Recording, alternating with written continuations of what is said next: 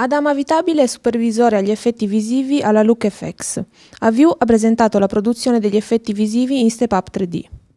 The main challenges we had to come across in Step Up 3D were probably the fact that we had never done a fully stereoscopic 3D movie before.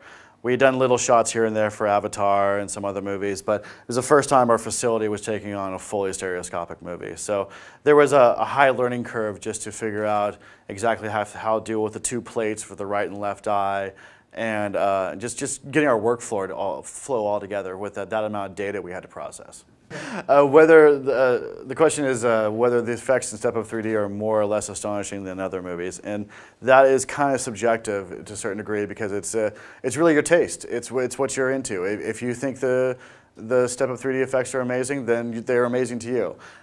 Me personally, it's a dance movie, so when I think of astonishing effects, I think of spaceships and monsters and laser beams, and that would have been a really cool addition to this movie, but they can't dance very well. So the difference between working on effects in live action and 3D animation is that I guess when you're talking about live action, you're talking about filmed elements that you're putting together.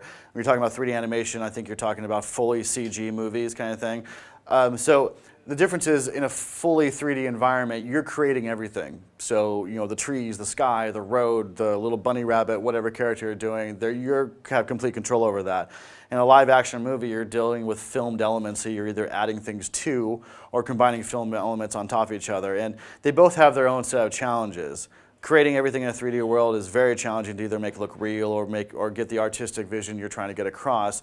And an actual live action movie, it could be challenging to take a CG element, put it into a live action plate, and make it look like it belongs there. So I mean, we could talk about this for hours. There's many different differences. The sequences we worked on for Step Up 3D, where the big one was the very end battle, the World Jam, where there was the dance crews come together to save their house, I suppose. And that was a big thing because they were supposed to be wearing these LED suits with colored lights on them.